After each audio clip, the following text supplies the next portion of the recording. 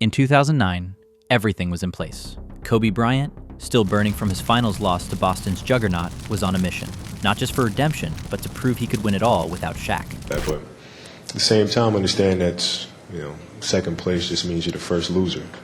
So just kind of understanding that mentality and coming back next year ready to work at it. But LeBron James, fresh off his first MVP, had led the Cleveland Cavaliers to the best record in the NBA.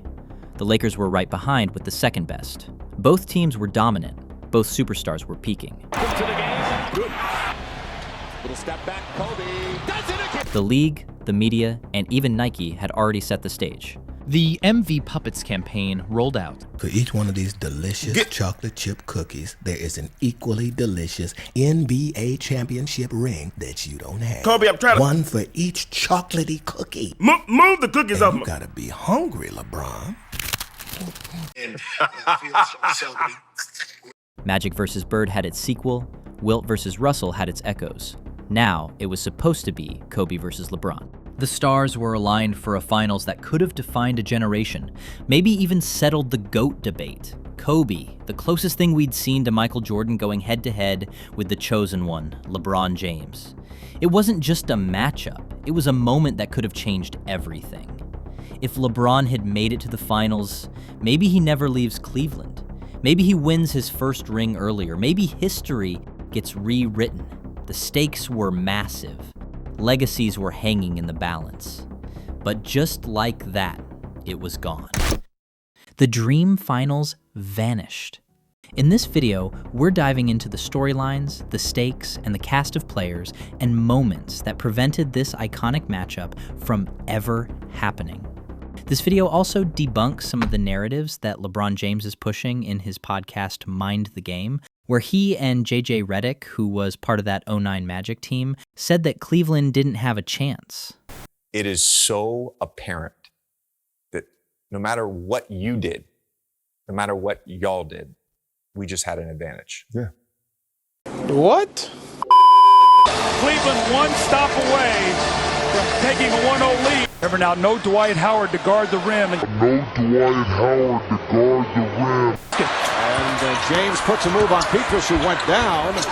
They swing it. Here's West. Game on the line. Who would take the last shot?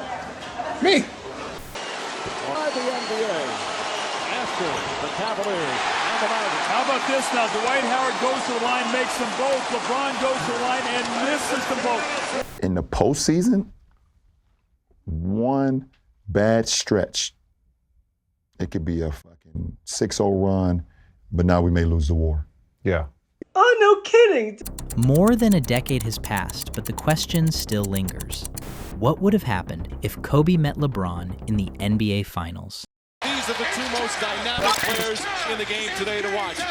The 2008-9 NBA season wasn't just another year. It felt scripted, a collision course, two alpha stars, one inevitable showdown. Kobe Bryant had just come off a bitter finals loss to the Boston Celtics. And it wasn't just any loss, it was a humbling 39-point blowout in Game 6. And after a 22-year absence, the Boston Celtics are NBA champions once again. It was the kind of defeat that redefined legacies. Critics circled like vultures. He can't win without Shaq. He's too selfish. His prime is over. Kobe heard it all, and it lit a fire under him. He was so locked in, so obsessed with changing the narrative, that he used the 2008 Beijing Olympics as a statement. In an early preliminary game against Spain, his own teammate Pau Gasol's national team, Kobe didn't hesitate. Early in the game, he bulldozed through Pau with a shoulder check, not by accident. It was a message. This might be my brother. I play with him. We're close. But I don't care about anything else but winning. Kobe wasn't just sending a message to Spain, he was sending one to his teammate, Pau Gasol. He was toughening him up for the playoff run that would reshape both their legacies. When Kobe returned to the Lakers, he was locked in. And this time, Pau was ready. He had fully embraced Phil Jackson's triangle offense. Lamar Odom embracing his role as the ultimate glue guy, and a rising defensive star in Trevor Ariza. The Lakers were hungry and locked in. They tore through the West, finishing with 65 wins, second best in the league. But the only team better? The Cleveland Cavaliers. LeBron James was just entering his prime, fresh off helping the Redeem team win the gold medal in Beijing. At just 24 years old, he averaged 28, 7, and 7, won his first MVP, and led the Cavs to a franchise-best 66 wins. He looked unstoppable, and for the first time, people were asking, is this the year LeBron takes the throne? The media couldn't get enough. ESPN, TNT, everyone hyped it. Nike ran an entire ad campaign before the finals even started. The MVPuppets commercials were a cultural moment. Kobe and LeBron as trash-talking roommates preparing for battle. The NBA hadn't seen this kind of anticipation since Magic and Bird. Everything pointed to one thing: Kobe versus LeBron in the NBA Finals. The script was written. All that was left was execution. Kobe's road to redemption ran through the wild, unforgiving West, and it was anything but smooth. This wasn't a cakewalk. It was a grind. Every round tested a different part of the Lakers' identity, from composure, toughness, to legacy. Despite being the number 1 seed, the Lakers faced brutal competition in a stacked Western Conference. To put it in perspective, the 8th seed in the West had a better record than the 4th seed in the East. That's how deep the conference was. And it's a key detail that adds context to the Lakers' playoff journey.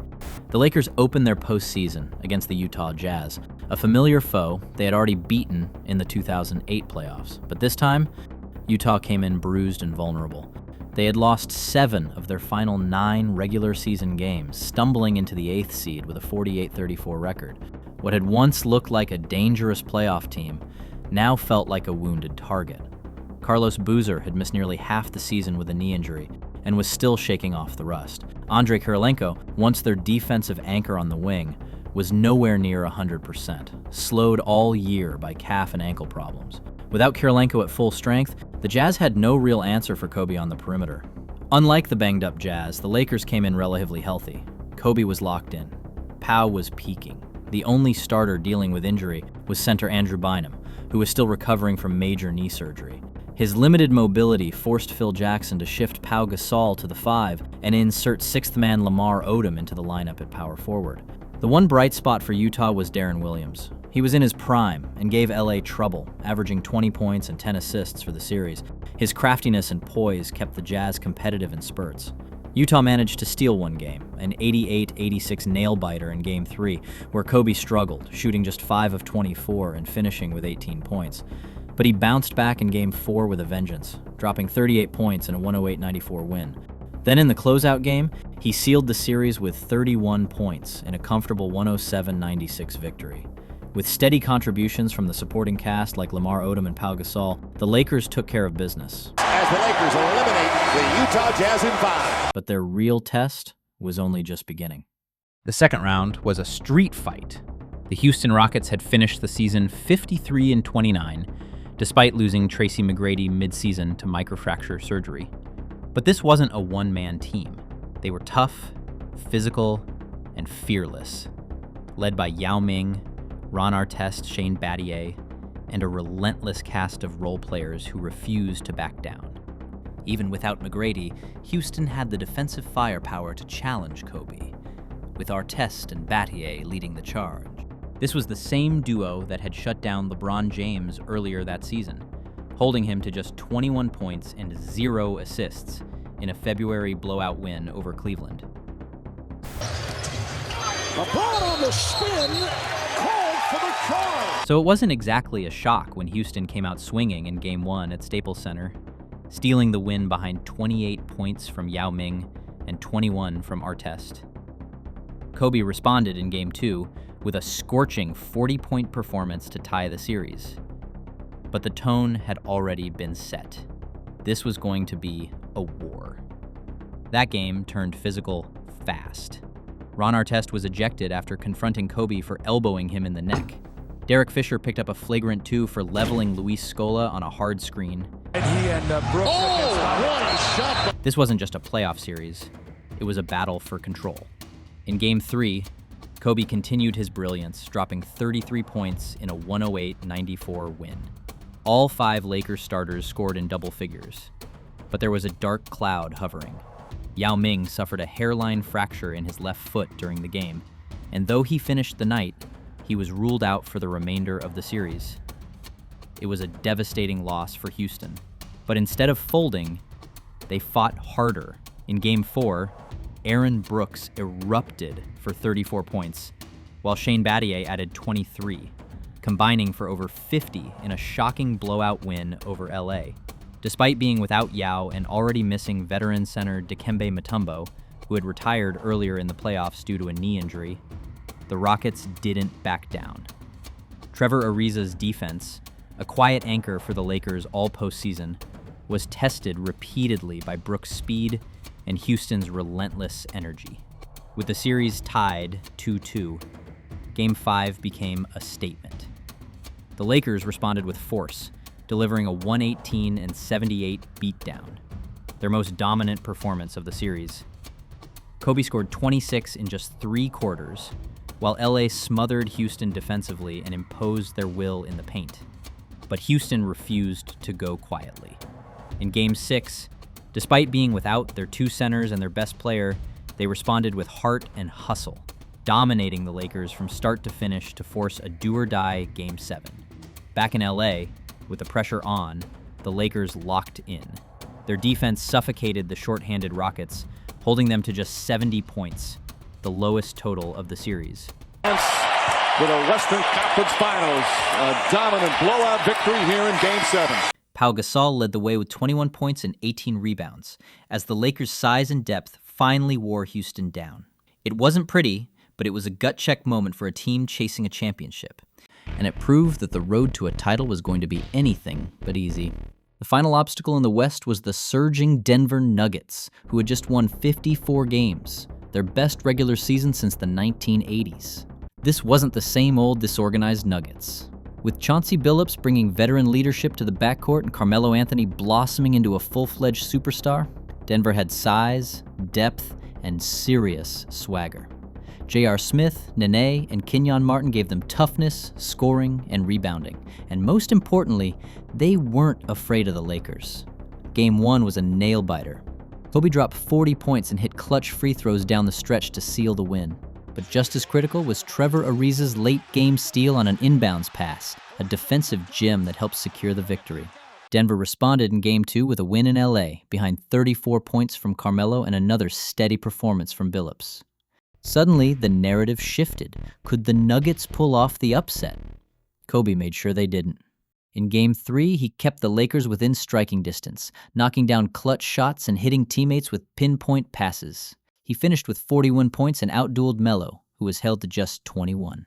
And once again, Trevor Ariza came up big, this time intercepting a late-game inbounds pass from Kenyon Martin, a play that sealed another narrow LA win. Denver answered with force in Game 4. They delivered a balanced offensive attack and turned up the defensive pressure, blowing out the Lakers by 19 points. The series was tied 2-2, and Denver looked confident. Billups was controlling the tempo, and Melo was attacking at will. Game 5 was pivotal. The score was tied entering the fourth quarter, but then the Lakers locked in. Lamar Odom and Pau Gasol combined for 16 points in the final frame, while Kobe added 22 points and 8 assists overall to lead a well-rounded LA effort. The Lakers took a 3-2 series lead heading back to Denver, and this time, unlike in the Houston series, Kobe didn't let up. He kept his foot on the gas in Game 6, dropping 35 points and dishing out 10 assists in a dominant 119-92 blowout win that closed out the series in 6 games. This win marked a gut punch for Denver. Their first trip to the Western Conference Finals since 1985 had come to an end. They had shown heart, grit, and growth, especially under Billups' leadership and with Melo's emergence as a star. But the Lakers were just on another level. These Lakers were locked in, so much so that when James Worthy presented them with the Western Conference trophy, not a single player cracked a smile. Their eyes were on the real prize. While Kobe was battling through the West, LeBron James was steamrolling the East. After being swept by the Spurs in the 2007 finals and falling short in 2008, 2009 was supposed to be the year everything came together. This wasn't the inexperienced 22-year-old from 2 years ago. This was a fully formed force of nature. LeBron had just won his first NBA MVP, averaging 28.4 points, 7.6 rebounds, and 7.2 assists while leading the Cavaliers to a league-best 66-16 record, a franchise high. He was dominant on both ends of the floor, averaging 1.7 steals and 1.1 blocks per game, which helped him finish second in the Defensive Player of the Year balloting. And unlike past years, he finally had a real supporting cast. Mo Williams was an all-star, Delonte West, Zydrunas Ilgauskas, and Anderson Varejao gave Cleveland size, toughness, and chemistry.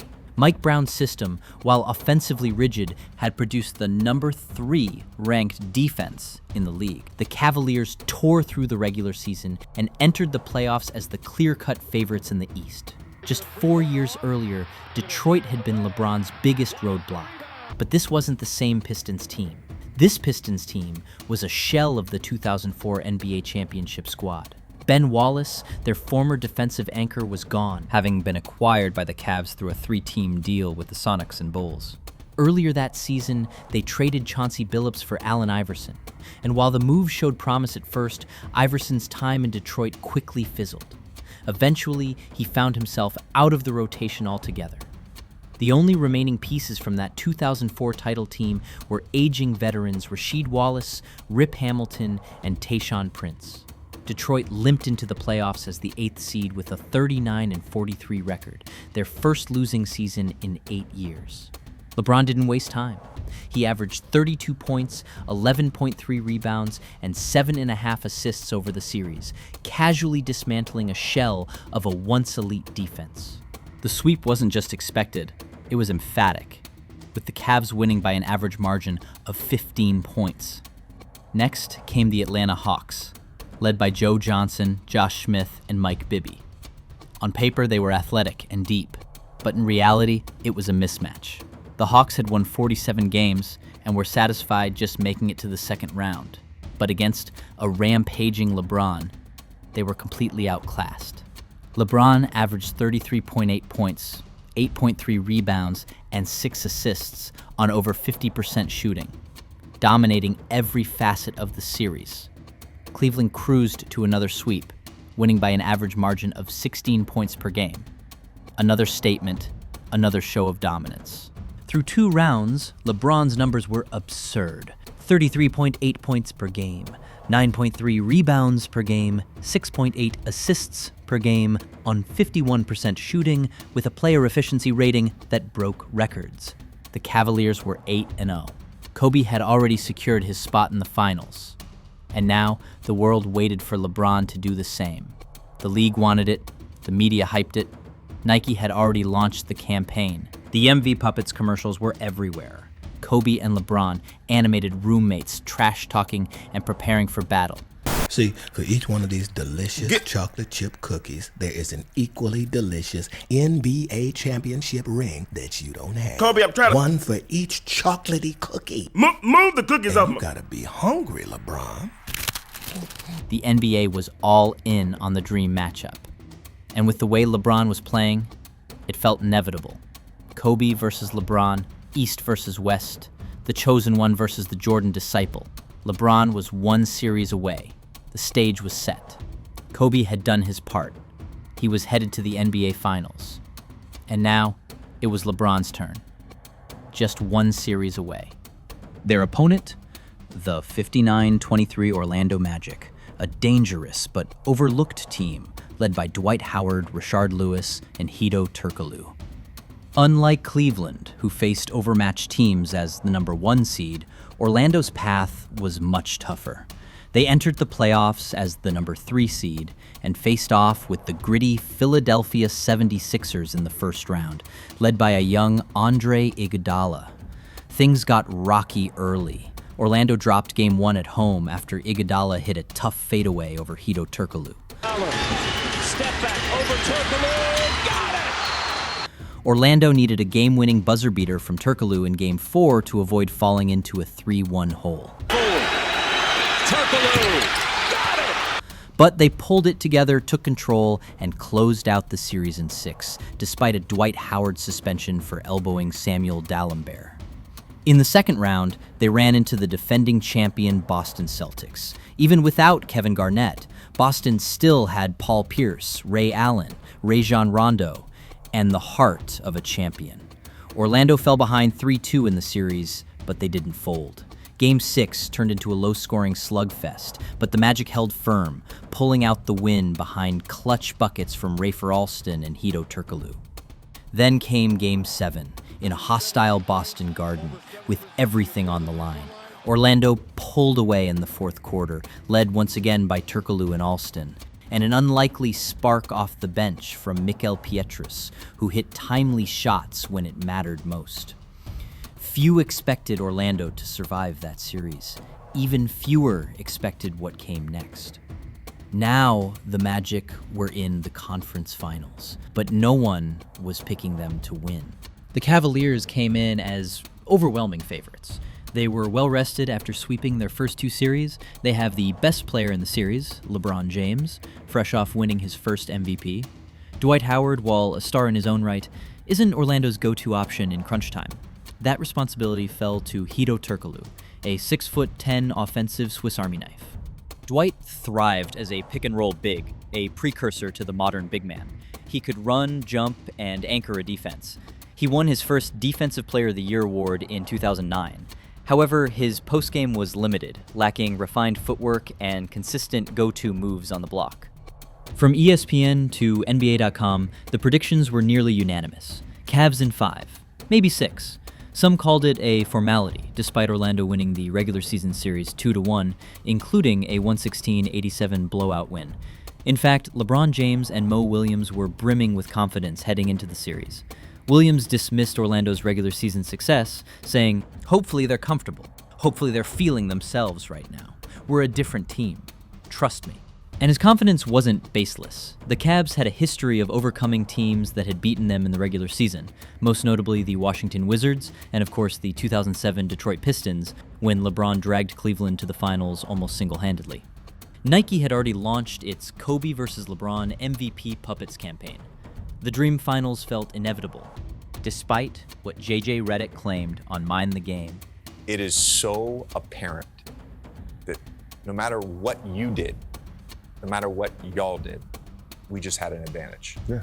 The Cavs looked every bit like a 66-win powerhouse in the first quarter of Game 1. LeBron came out firing, dishing out assists, hitting threes, and even blocking Dwight Howard at the rim.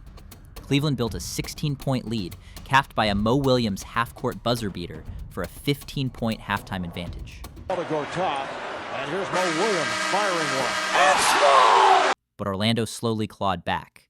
As Cleveland's offense stagnated into isolation plays, the Magic role players stepped up, especially Rashard Lewis and Hedo Turkoglu. By the fourth, it was a slugfest. LeBron gave the Cavs a 1-point lead and fouled out Howard. There's James to the bucket, draws the foul, the basket counts, and the foul. That on Dwight Howard is number 6. But Rashard Lewis hit a clutch 3 to take it back. Pops it out to Turkoglu. Lewis for 3, yes! With 14 seconds left, LeBron passed up the final shot, kicking it out to Mo Williams, who then swung it to Delonte West in the corner, who missed. Remember now, no Dwight Howard to guard the rim in case LeBron James goes to that basket. And James puts a move on Pietrus, who went down. They swing it. Here's West. Orlando stole Game 1 on the road. Game 2 followed a familiar script. Cleveland jumped out to an early double-digit lead in the first quarter, fueled by sharp defense, quick pace, and crisp ball movement. But once again, Orlando clawed its way back and had a chance to steal the win. Then came one of the most iconic moments of LeBron James's career. With the game on the line, he buried a fading three-pointer over Hedo Turkoglu at the buzzer, a shot that saved Cleveland from falling into a 0-2 hole at home. Lewis gets it to LeBron for 3 for the win. Yes! LeBron James at the buzzer as the Cavaliers have pulled it out to tie the series. The crowd erupted. It was an all-time playoff moment. But the warning signs were still there.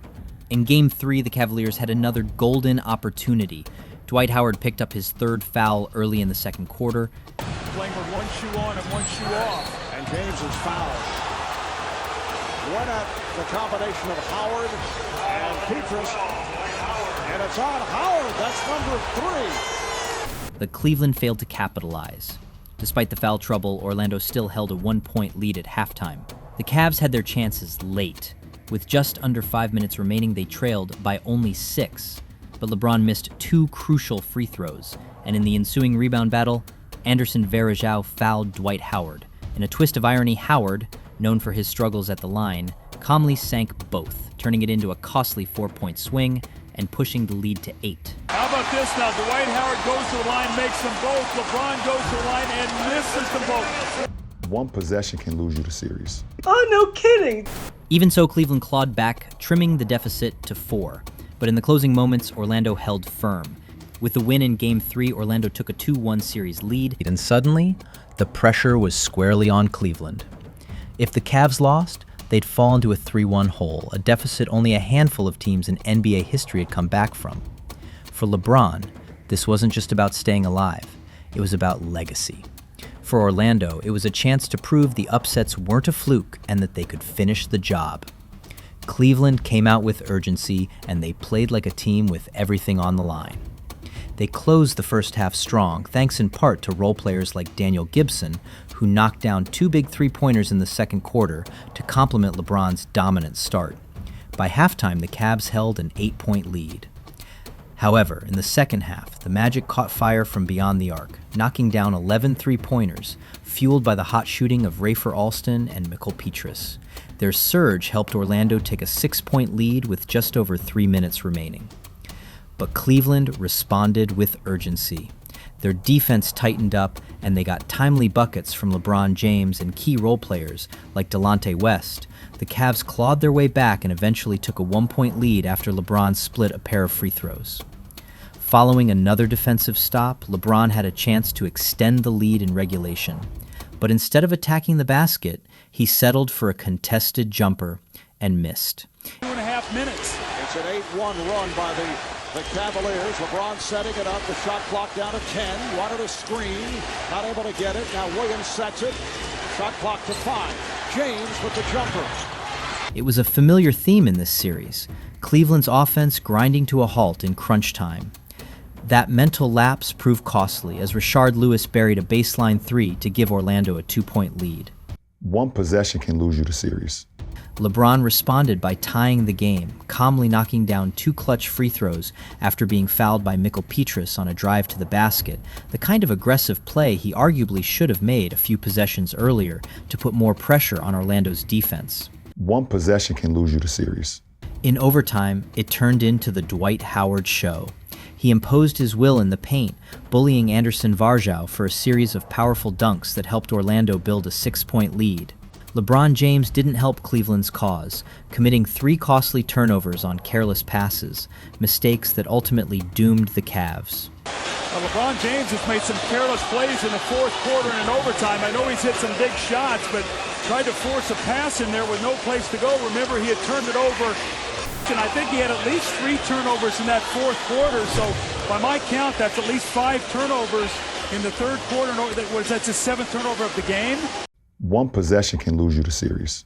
They fell 116 to 114 and found themselves staring at a 3-1 series deficit. Back in Cleveland for Game 5, the Cavs regrouped. They delivered a balanced offensive effort, fueled by LeBron's 37 points and a strong 24-point performance from Mo Williams, holding off Orlando for a 112-102 win to keep their season alive. Game 6 wasn't just a must-win, it was a crossroads. For LeBron James and the Cavaliers, everything was on the line. A loss would mean falling short of the NBA Finals yet again, despite a 66-win season, an MVP campaign, and sky-high expectations. This was supposed to be the coronation. Nike had already rolled out the Kobe vs. LeBron ads. The league, the media, everyone had penciled in the matchup. But Orlando had other plans. For the Magic, Game 6 was a chance to shock the world, to knock off the league's best team, eliminate the MVP, and punch their ticket to the NBA Finals. One team was fighting to stay alive, the other was ready to seize the moment. Everything came down to this, and it was Dwight Howard, not LeBron James, who came out aggressive and set the tone. Howard attacked Cleveland's bigs relentlessly in the post, finishing with power and purpose. LeBron, on the other hand, opened the game more passive, settling for jumpers and looking to get his teammates involved rather than matching Howard's intensity from the jump. He was content to stand around and let his teammates go one-on-one. James would eventually get into the act and match Dwight's output in the first quarter, but Orlando had already seized momentum. Howard's aggression set the tone early, giving his teammates confidence as they fed off his energy, hitting open shots and helping Orlando build an 18-point first-half lead that they would never relinquish. Dwight finished with a dominant 40 points and 14 rebounds, controlling the paint on both ends. With all the defensive attention focused on him, his teammates capitalized, knocking down 12 of 29 three-point attempts. LeBron James started strong but faded as the game wore on. He finished with 25 points, 7 rebounds, and 7 assists. Solid numbers on paper, but he settled far too often from the perimeter, with 8 of his 20 shot attempts coming from beyond the arc. And just like that, the Dream Finals, LeBron vs. Kobe, vanished. Now, the Magic were headed to the NBA Finals. They have taken down the MVP. Orlando Magic have defeated the Cleveland Cavaliers. Next, they'd face the Black Mamba. Unfortunately, the finals weren't close. Kobe Bryant, backed by his championship pedigree and Phil Jackson's triangle offense, picked apart Orlando's defense, a unit largely anchored by Dwight Howard's rim protection, even with Jameer Nelson's return from injury. The Lakers' front court had the length and mobility to contain Howard, while Kobe's mid-range brilliance, the team's size in the wings, and the cohesion of his supporting cast overwhelmed the Magic. Los Angeles took the series in 5 games. Lakers are NBA champions once again, earning Kobe his first championship without Shaq, his first Finals MVP.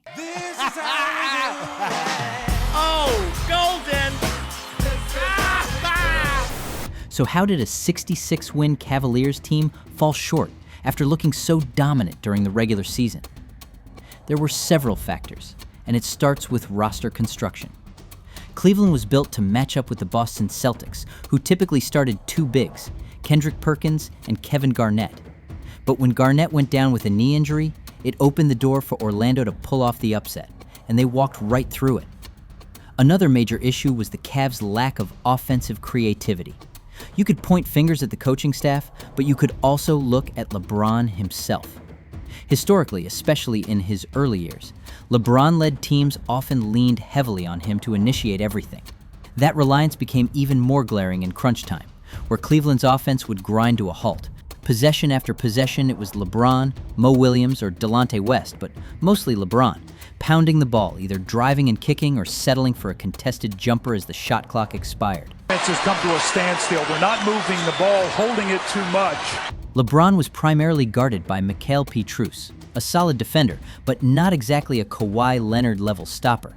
Given LeBron's size advantage, he could have looked to post him up more often. Instead, he frequently relied on driving to the rim or kicking out to teammates, trying to overpower defenders rather than exploit mismatches in the post. But with Dwight Howard lurking in the paint, those drives weren't nearly as effective. LeBron struggled to finish at the rim, even against Howard's backup, Marcin Gortat, who blocked his shot multiple times.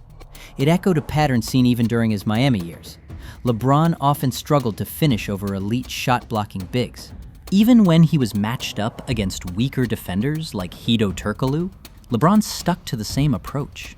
Yes, he got his points, but many came on contested jumpers, layups, or dunks that showcased his otherworldly combination of size, athleticism, and power.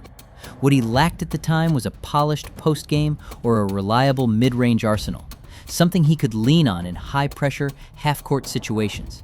Not having a mid-range game particularly hurt, as he would often try to force layups or attempt to draw a foul instead of pulling up. There were stretches, particularly in Game 6, where LeBron appeared disengaged. He wasn't demanding the ball, often standing in the corner while teammates went one-on-one. Meanwhile, Dwight Howard was demanding touches on the block and delivering. And remember, LeBron was the league MVP.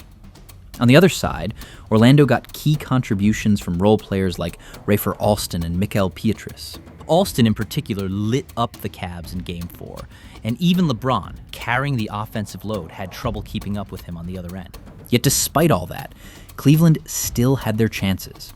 They were right there in Games 1, 3, and 4, close enough to win but unable to finish.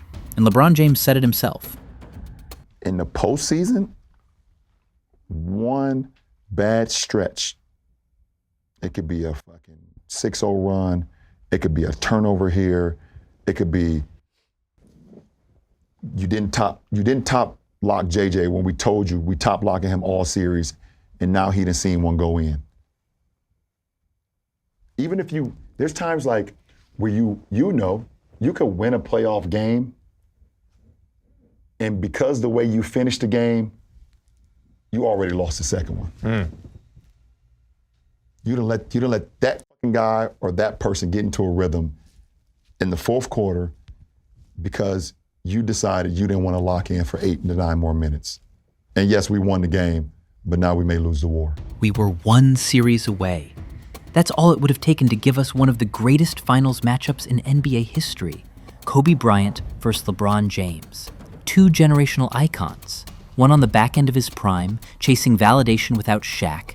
The other ascending into superstardom, chasing his first ring. It would have been the moment that defined an era. This wasn't just about basketball. This was legacy. Had LeBron made the finals and gone toe-to-toe with Kobe, win or lose, his narrative might have shifted forever. A finals loss to Kobe? Understandable. A finals win over Kobe? Earth-shattering.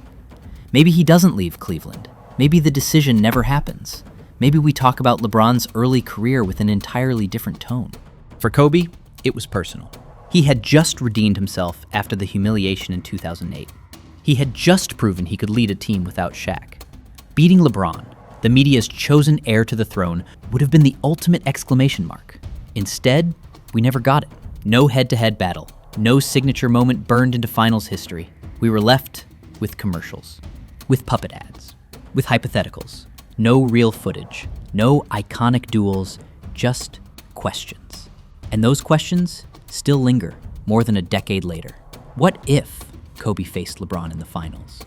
What if the 2 greatest players of their generation had met when the stakes were highest? Would the GOAT debate sound different today? Would history look different? We'll never know. And maybe that's what makes this the greatest NBA finals that never happened. Kobe would further cement his legacy, winning his 5th NBA championship the following season against the Boston Celtics in a grueling 7-game series. This is the same Celtics team that eliminated the Cleveland Cavaliers in 7 games, in what would be the last LeBron game in a Cavs jersey. While LeBron made it to the NBA Finals in 2011 with the Miami Heat, Kobe's Lakers were eliminated by the Dallas Mavericks in the Western Conference semifinals. Kobe's body would betray him, as playing in 3 straight finals took a physical toll. A few seasons later, he would tear his Achilles, effectively ending the Lakers' title hopes.